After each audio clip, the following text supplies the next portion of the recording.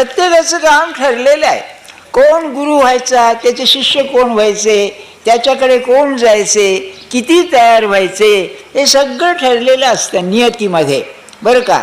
याला इंग्लिशमध्ये तत्त्वज्ञानात डिटर्मिनिझम असं म्हणतात.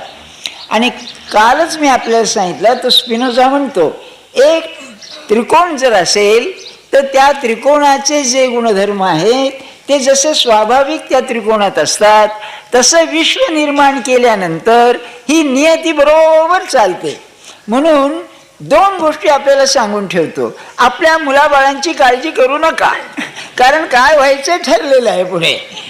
म्हणजे त्याचं पुढे जे काही आयुष्य जायचं ते अगदी ठरलेलं आहे.